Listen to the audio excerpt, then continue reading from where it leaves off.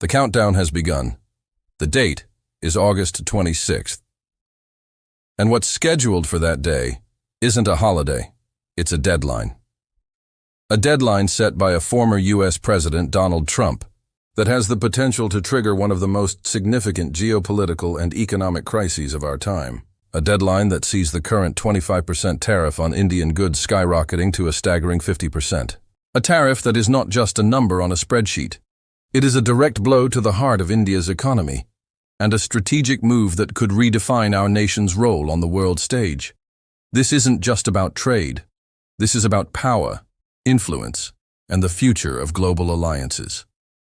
For the past 2 decades, India and the United States have painstakingly built a foundation of trust, a relationship fostered under presidents from George W. Bush to Barack Obama, and even a portion of Trump's own first term. That trust, that collaborative spirit, is now being tested, and it risks being shattered by what many are calling a blatant act of economic blackmail. So, why is this happening now? The reasons are twofold, and they reveal a far more complex picture than a simple trade dispute. The first and most critical objective for the Trump administration is to gain access to India's vast agricultural market. Think about that for a moment. This isn't about semiconductors or steel. It's about the very sustenance of our people. By imposing these punitive tariffs, the U.S. aims to force open our doors to American agricultural products, thereby directly competing with and potentially devastating our own farmers. It is an economic maneuver designed to benefit American farmers at the expense of millions of Indian farmers. But the plot thickens. The second objective is purely geopolitical. Trump is demanding that India, a nation with a complex and historically significant relationship with Russia, use its influence to push for a ceasefire in the Russia-Ukraine conflict. This places India in an almost impossible position.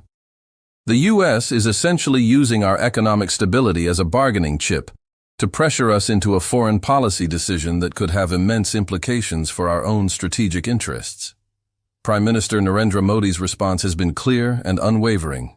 He has stated, with no room for ambiguity, that India will not compromise on the interests of its farmers. This isn't just a political soundbite. It's a profound statement of national sovereignty and economic resolve. The Indian government is standing firm, signaling that our domestic agricultural sector is non-negotiable. But what are the potential consequences if this standoff continues? The damage to trust is already done. The goodwill built over years is eroding rapidly. This aggressive approach could inadvertently push India closer to its other major global partners, particularly Russia. If the U.S. sees India as an unreliable or aggressive partner, our nation may find itself with little choice but to deepen its strategic ties with Russia, a move that would directly counter U.S. foreign policy goals. And what about China? The timing of this all is no coincidence. While Trump has threatened similar tariffs on China, he targeted India first. This move, according to many geopolitical analysts, is a major blunder. In fact, a silver lining for India could be an improvement in its relationship with its neighboring economic giant. There's growing speculation that Prime Minister Modi will visit China for the SCO summit, his first such visit in 7 years, to meet with President Xi Jinping. This meeting, in the context of the U.S. tariffs, could be a turning point. It could pave the way for renewed dialogue, increased trade, and a stronger bilateral relationship, potentially creating a formidable economic bloc that could challenge global power dynamics. The U.S. may have just unintentionally driven 2 of the world's most populous nations closer together. So, as we face this challenging period, what is our role? We cannot simply be passive observers. The speaker in the video issued a powerful call to action, and it's one that resonates now more than ever. We must stand together and support our nation's economic resilience. The most effective way to do this is to make a conscious choice in our daily lives, to buy made-in-India products. Every single rupee we spend on a locally made product is a vote of confidence in our own industries, our own farmers, and our own future. It's a way of saying that we will not be broken by external pressure, and that we are committed to building a strong, self-reliant India. The world is watching.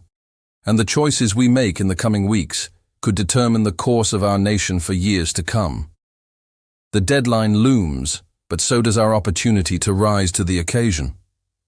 The economic storm is on the horizon, but with national unity and economic resolve, we can weather it and emerge stronger than before.